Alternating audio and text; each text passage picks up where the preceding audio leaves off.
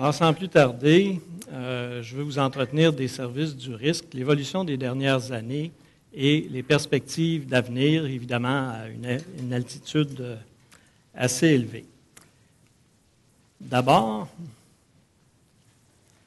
nous venons de compléter notre plan d'affaires 2009-2012, puis c'est toujours un exercice intéressant de regarder qu'est-ce qu'on a accompli pendant ces années-là. Et je vais faire cette présentation-là interactivement et conjointement avec ma collègue Nancy Rancourt. Nancy, si tu veux t'avancer, je vais te passer la parole, ce ne sera pas très long.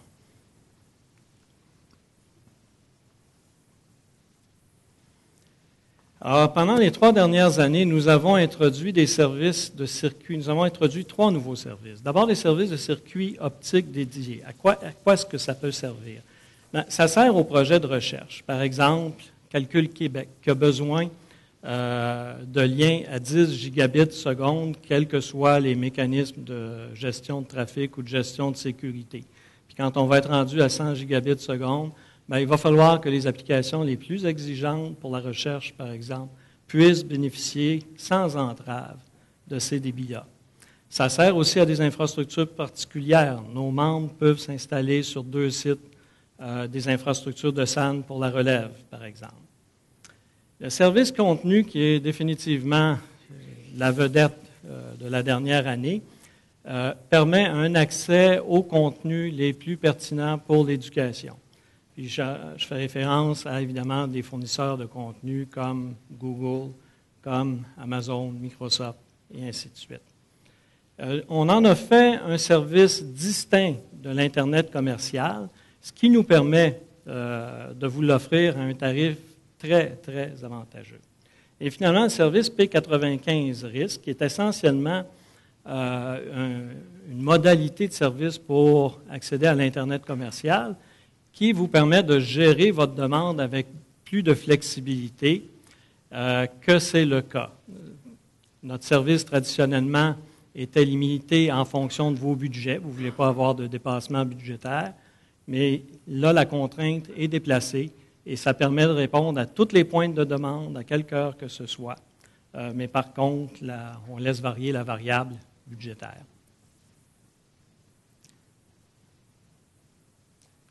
Alors, pour vous parler maintenant des services aux membres, j'inviterai Nancy à poursuivre.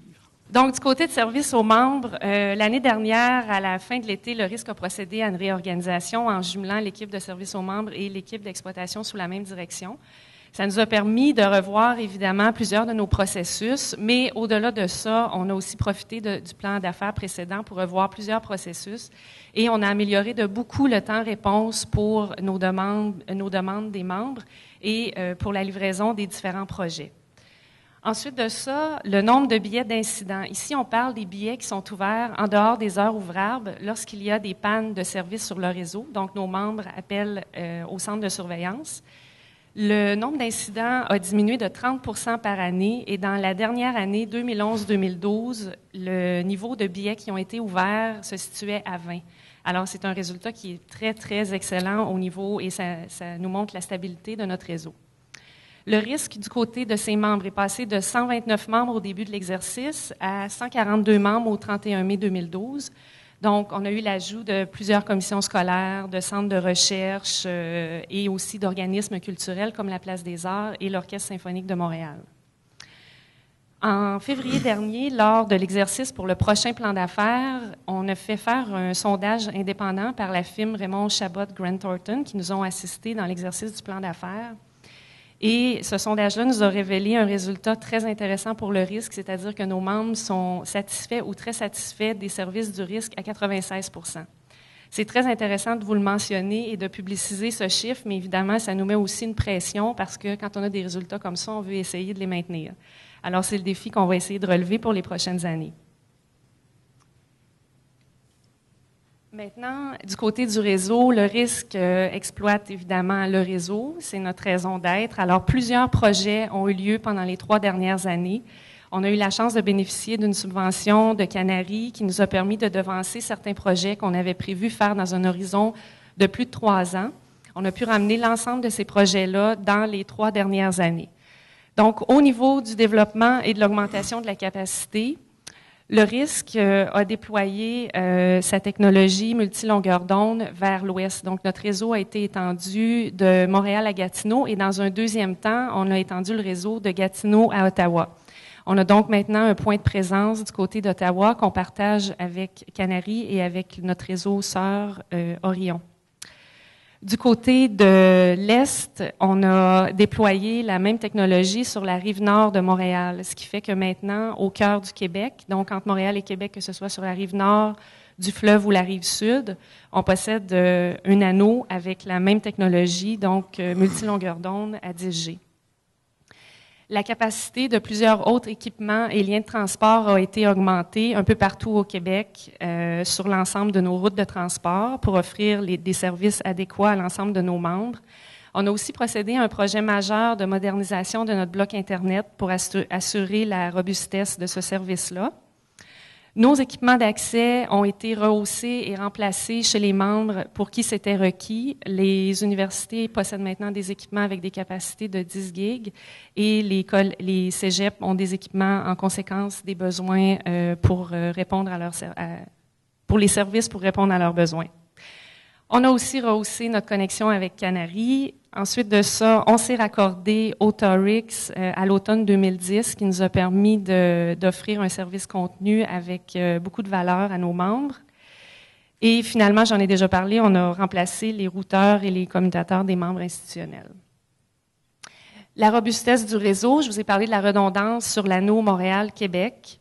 Le projet Saint-Hyacinthe d'Ormonville est un projet de redondance de fibres qui était sur la table à dessin depuis environ 5 ans et qui s'est concrétisé à l'été 2011, je crois. Donc, projet très important pour l'ensemble des membres dans ce secteur-là. Il y a quelque temps aussi, on a réalisé le même genre de projet, mais dans le réseau métropolitain de Québec, qui nous a permis de consolider le réseau et d'assurer une robustesse. Du côté de l'Ouest, on a fait un projet avec notre partenaire Orion, pour nous permettre de boucler toute la région de l'Abitibi. Ce service-là a été ce service-là, en fait, a été mis en service en mars 2012. Et on avait une contrainte de capacité pour desservir tous les gens du secteur Mont-Laurier et de l'Abitibi.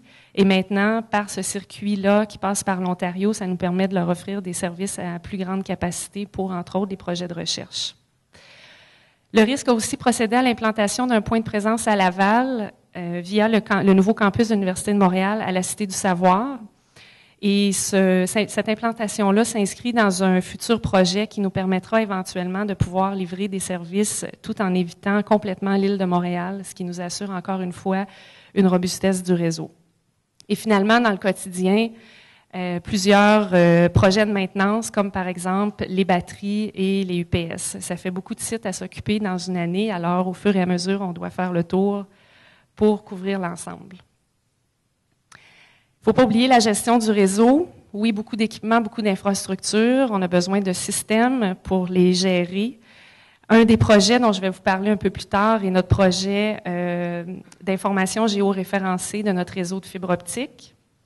Cacti, qui est un outil qui a été implanté, j'en parle un peu aussi dans ma présentation, qui est un outil qui rend disponible les courbes de trafic pour l'ensemble de nos membres. On a aussi procédé à la documentation et à l'identification des équipements et des circuits, et ça s'est inscrit dans un projet de très grande envergure qui était un projet de coût de revient. Si on voulait obtenir des coûts qui se tenaient et qui faisaient du sens, on devait s'assurer d'avoir une nomenclature, une identification de l'ensemble de nos équipements et de nos circuits qui se tenaient d'un bout à l'autre du réseau. Alors, l'équipe du risque a procédé aussi à ça. C'est excellent, en fait, parce que ça nous a permis de normaliser et de documenter nos équipements et nos circuits. Et finalement, on a aussi implanté un nouvel outil de CRM qui est implanté pour toutes les équipes du risque, qui nous permet, entre autres, de travailler et de suivre l'inventaire du réseau, mais aussi, évidemment, avec une base CRM, de suivre nos membres et d'avoir toutes les informations pertinentes. Évolution technologique et innovation. Le risque, l'année passée, a fait une conférence au colloque sur le service IPv6, qui a été très populaire. Alors, au fur et à mesure que nos membres ont besoin de soutien ou d'informations, les gens de l'équipe d'exploitation sont disponibles pour les assister dans leur déploiement IPv6. Alors, à l'occasion, on a des gens qui nous contactent pour les aider dans ce projet-là. Ensuite, au niveau des analyses d'opportunités, la qualité de service est au cœur des analyses du risque. C'est un projet ambitieux. C'est un projet qui peut servir de base, qui doit servir de base à la téléphonie, par exemple, à la vidéoconférence. Donc, c'est majeur comme enjeu au risque. Ça a débuté dans le précédent plan d'affaires, mais ça continue toujours dans le nouveau plan d'affaires 2012-2015. Et finalement, il y avait l'option multicast aussi qui avait été inclus dans le précédent plan d'affaires. Par contre, on n'a pas eu de besoins précis qui se sont manifestés. Alors, pour le moment, le service multicast a été mis de côté jusqu'à nouvel ordre s'il y avait des besoins qui se manifestaient du côté de nos membres. Maintenant, sur le réseau, évidemment, il y a du trafic. Et ce qu'on cherche à vous annoncer à chaque fois, c'est que le trafic augmente. Alors, c'est encore le cas cette année. Par contre, ici, vous voyez un bilan sur l'ensemble des années du plan d'affaires. Donc, la première année, complètement à gauche du graphique, 2008-2009, et on se retrouve avec le résultat à la fin mai 2012. De façon générale, le trafic a augmenté de 201% pendant les 3 dernières années sur le réseau du risque, qui est une excellente nouvelle en soi. Et vous voyez aussi la proportion d'année en année de 2009-2010 et 2010-2011, on voit un 60%. C'est hors de l'ordinaire. Ça coïncide, entre autres, avec l'introduction du service contenu. Les couleurs bleues représentent les membres institutionnels et la couleur rouge représente les membres associés. Alors, quand même, on voit qu'il y a une augmentation de trafic pour l'ensemble des membres du risque. Je crois, Michel, que je te repasse la parole. Toi, tu as la chance de... Oui. Merci, Nancy. Vous m'entendez bien? Alors, vous voyez, je me suis réservé la conclusion. Dans le fond, on a vu l'évolution des services du risque pendant les 3 dernières années, mais quel a été l'impact de cette évolution-là sur la facture totale des membres? Alors, pour bien analyser la situation, il faut distinguer les membres institutionnels et les membres associés. Alors, dans notre jargon de statut et règlement, membres institutionnels, ça veut dire les universités et les cégeps qui ont été les premiers membres du risque, tandis que les membres associés sont les commissions scolaires, les centres de recherche, les organismes culturels, et ainsi de suite, et gouvernementaux, je devrais dire. En fait, la facture totale des membres institutionnels, quand on regarde ça en rétrospective sur une période de 3 ans, a diminué de 17,7 %, presque 18 %, en assurant une augmentation de l'utilisation, donc du trafic, de 236 %. N'oubliez pas, 200 %, ça veut dire que le trafic a triplé depuis 3 ans. Donc, le trafic a plus que triplé. Et dans le cas des membres institutionnels, la comparaison est facile à faire parce que le nombre de membres est constant. Il y a toujours 48 cégeps, il y a toujours 19 universités au Québec pour un total de 67. La comparaison dans le cas des membres associés est un peu plus difficile à faire parce que le membership est en évolution, comme on l'a vu tantôt. Alors, même là, la facture annuelle totale de l'ensemble des membres associés a diminué de 6 %, avec une augmentation d'utilisation de 102 %, donc le trafic a doublé en 3 ans, et une augmentation de 62 à 75 membres associés, soit une augmentation de 20 %. Alors, je vous soumets que c'est un résultat intéressant.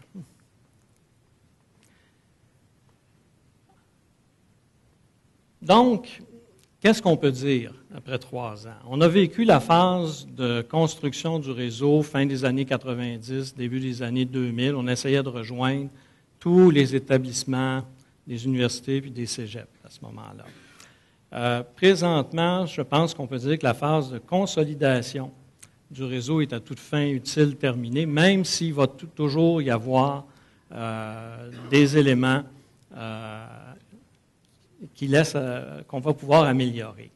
On a introduit des nouveaux services importants pour améliorer le service à la clientèle pendant ces 3 années-là. La satisfaction des membres à 96 % de taux de satisfaction n'a jamais été aussi élevé que maintenant. Et les diminutions de coûts qu'on a obtenues, on les a obtenues par une gestion rigoureuse. Comme Jacques le disait dans son mot de bienvenue, On aime à dire que notre modèle de fonctionnement est un peu en esprit celui d'une coopérative. Donc, les économies de coûts que nous avons eues au niveau, par exemple, des coûts d'approvisionnement en Internet, on les a retransmises aux membres, ce qui explique les diminutions de factures en bonne partie que vous avez eues. Et on le fait tout en réalisant les investissements requis dans le réseau et en améliorant le bilan financier. En conclusion, notre organisation est beaucoup plus solide aujourd'hui, puis on est prêt à relever des nouveaux défis. Alors, sans plus tarder, maintenant, le futur. Qu'est-ce qu'on va faire dans les 3 prochaines années? Qu'est-ce qu'on voudrait faire? Alors, le risque, avec son conseil d'administration, s'est doté d'un plan d'affaires au mois de juin dernier. Donc, c'est tout récent. Ça a été un long processus très intéressant. Le niveau de l'encadrement méthodologique avec nos conseillers de RCGT a été très apprécié tout au long de la démarche. Bon, en plus de nous donner le niveau de satisfaction, le but principal du sondage, c'était quand même de voir quel est l'intérêt pour des nouveaux services.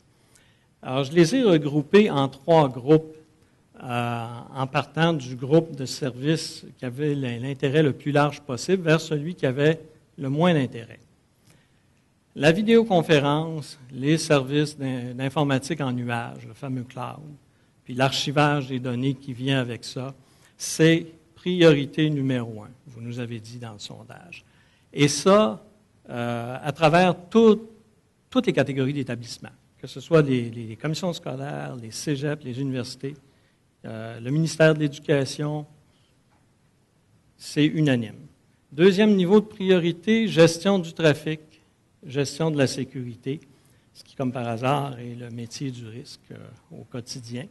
Et puis, troisième niveau de priorité, vous nous avez dit la téléphonie IP, oui, c'est intéressant, on voit ça venir, et continuer à développer des contenus. Ce n'est pas parce que les contenus sont moins importants que les 2 autres, mais c'est probablement parce qu'on a atteint la cible en bonne partie dans le précédent plan d'affaires. Je suppose, je présume que vous nous l'avez mis en 3e lieu. Quelles sont les grandes orientations stratégiques du risque pour les 3 prochaines années? Il y en a 3. La première, devenir l'incontournable dans l'accès au contenu numérique. Je pense aux commissions scolaires, je pense au projet École 2.0. Quoi qu'il advienne de ce projet-là politiquement, c'est très clair que l'enseignement, que l'apprentissage, que les contenus numériques, le passage au numérique va se faire, est en train de se faire présentement au primaire et au secondaire. On va avoir une conférence là-dessus, justement, un peu plus tard. Deuxièmement, élargir l'éventail des services offerts par le risque. C'est le 2e axe de développement stratégique. Et troisièmement, au niveau de l'organisation, de votre organisation, bâtir une organisation solide pour la croissance. On veut profiter de ces développements-là pour renforcer notre équipe, nous donner plus de redondance, plus de profondeur à différents niveaux. Vidéoconférence. On en fait de la vidéoconférence. Plusieurs des établissements sont bien équipés. Le réseau de l'Université du Québec en particulier qui a une mission de formation régionale, est très, très bien équipé de ce côté-là. On en fait depuis longtemps. Mais les solutions qu'on utilise, que vous utilisez présentement, sont basées principalement sur des salles fixes avec un soutien technique relativement élaboré, comme on a ici aujourd'hui. Quels sont les nouveaux défis en éducation? C'est la multiplication des sessions concurrentes. Avec l'éducation continue, on veut que les étudiants apprennent le plus possible de chez eux avec les appareils qu'ils ont à leur disposition. Donc, on va parler du BYOD. On va parler de facilité d'utilisation. Et tout ça doit se faire avec un coût de solution abordable. Quand on passe de sessions de vidéoconférence à 2 ou 3 salles, on veut aller à des sessions à 20, 30 ou 40 appareils connectés concurremment. Le rôle du risque, c'est clair, s'assurer de mettre à la disposition des établissements des solutions qui répondent à ces nouveaux besoins et supporter des sessions avec une bonne qualité de service, comme Nancy l'a mentionné tantôt. L'info nuagique. Les besoins ne sont pas seulement au niveau des sessions frontales avec les utilisateurs, comme par exemple quand on utilise des applications de Google. Mais on va parler aussi au niveau des infrastructures de ce qu'on appelle le back-end, des sessions privées machine à machine, avec un niveau élevé de sécurité et de confidentialité, ce qu'on ne peut pas faire sur l'Internet commercial. On va permettre évidemment, l'informatique en nuage apporte avec elle beaucoup de promesses. Puis une de ces promesses-là, ça va être de permettre de vous doter de plans de relève basés sur des solutions d'informatique à nuage à un coût beaucoup plus abordable. Le rôle du risque, premier rôle, le rôle de transporteur. Transporter ces sessions à large bande passante a un coût avantageux. On a le réseau pour faire ça. Notre réseau est orienté vers la plus large bande passante pour répondre aux besoins les plus exigeants de la recherche et de l'éducation. Pour nous, c'est naturel de passer à cette offre de service-là. Deuxième rôle possible, c'est agir comme courtier pour interconnecter les fournisseurs de solutions au réseau du risque, ceux qui vont être les plus pertinents pour vos besoins, pas sans dire. Agir comme intégrateur, s'il se présente des opportunités pour des créneaux spécifiques. Par exemple, avec la société Grix, on a démarré un premier projet d'informatique en nuage pour la diffusion des contenus vidéo éducatifs de Télé-Québec. Gestion du trafic et de la sécurité, ça devient un enjeu, ça a toujours été un enjeu majeur, mais avec le renforcement de la gouvernance dans la gestion des ressources informationnelles que préconise la loi 133, ça va devenir incontournable. L'autre constat qu'on fait quand on vous parle, quand on parle à nos membres, c'est que tous les membres ne sont pas sur le même pied pour répondre à ces défis-là. Entre une commission scolaire qui a 60 000 élèves ou une grande université qui a 35 000 étudiants et un collège qui a 1 000 étudiants, il y a une marge au niveau des moyens et de la capacité d'agir. Alors, pour nous, ce rôle-là, il est naturel parce que c'est notre métier, mais au niveau de la gestion d'un réseau régional. On n'ira pas gérer les postes de travail dans vos établissements à votre place, c'est clair. Et il va falloir dégager, voir s'il y a une communalité de besoins qu'on peut adresser avec ça. Par rapport aux besoins de proximité, où vous serez toujours, comme ils disent dans la santé, les premiers intervenants. Et essayer de dégager des économies d'échelle. Téléphonie IP. Si on regarde l'évolution de la téléphonie pour ceux d'entre nous qui ont une bonne expérience, je vous résumerai ça en 3 phases. La première phase de l'évolution vers la téléphonie IP, c'est le remplacement de vos PBX traditionnels, donc vos autocommutateurs numériques dans les établissements par des commutateurs IP, en fait par le réseau IP, essentiellement. Donc ça veut dire que la transition technologique de TDM à IP est faite pour plusieurs d'entre vous, mais l'interface avec le réseau téléphonique public demeure locale à chacun des établissements. La deuxième phase, je vous soumets, c'est l'extension des fonctions de voix sur IP aux réseaux régionaux. Et là, ça nous interpelle directement au risque.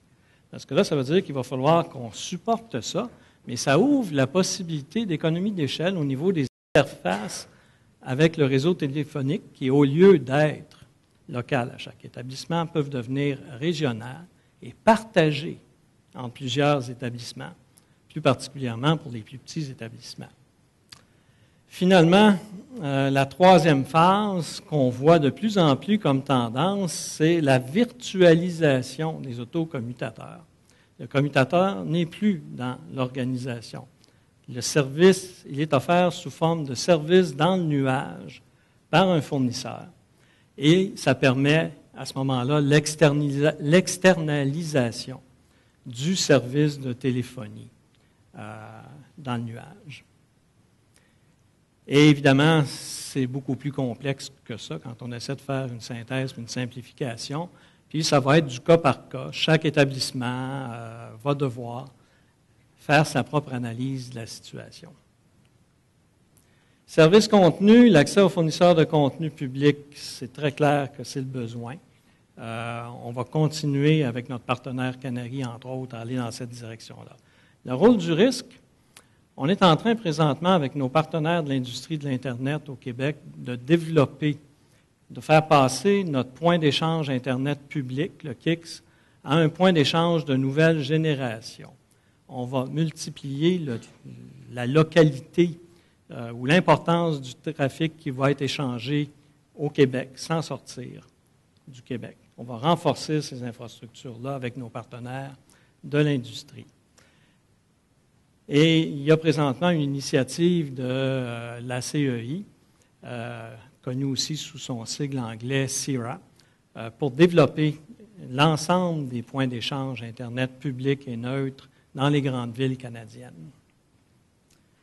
On va maintenir l'accès aux services contenus de Canary et vous nous avez demandé, on va essayer d'atteindre cette cible-là, d'améliorer la robustesse et la redondance de ce nouveau service-là, parce que maintenant, quand ce service-là est en panne, c'est là qu'on constate encore une fois l'importance du service, tout comme on l'a constaté tantôt pour les bons services d'Hydro-Québec. Et, bonne nouvelle, le service contenu qui était en mode pilote, qui a été offert d'abord à nos membres institutionnels, est maintenant officiellement disponible et offert aux membres associés, dont les commissions scolaires, depuis le mois de juin. En conclusion, nous voulons développer des nouveaux services de qualité, adaptés aux besoins de l'éducation et de la recherche, avec des partenaires, si la valeur y est. Si on voit qu'on ne peut pas vous offrir des services de qualité, on ne les offrira tout simplement pas, puis on va laisser la place à l'entreprise privée. Continuer à vous offrir un accès privilégié au contenu, assurer des interconnexions à large bande aux fournisseurs d'infos nuagiques. Avec notre implication dans le KIX, on va être très bien placé pour interconnecter les principaux fournisseurs d'informatique en nuage, puis pour vous les rendre disponibles au plus bas coût possible dans l'industrie. Et finalement, il ne faut pas l'oublier parce que c'est important. On veut que votre organisation soit encore plus solide et plus pertinente pour répondre à vos besoins. Avec comme résultat, bien, de vous donner encore plus de valeur et, si possible, en vous faisant réaliser des économies. Alors, je vous remercie. S'il y a des questions, ça va me faire plaisir d'y répondre.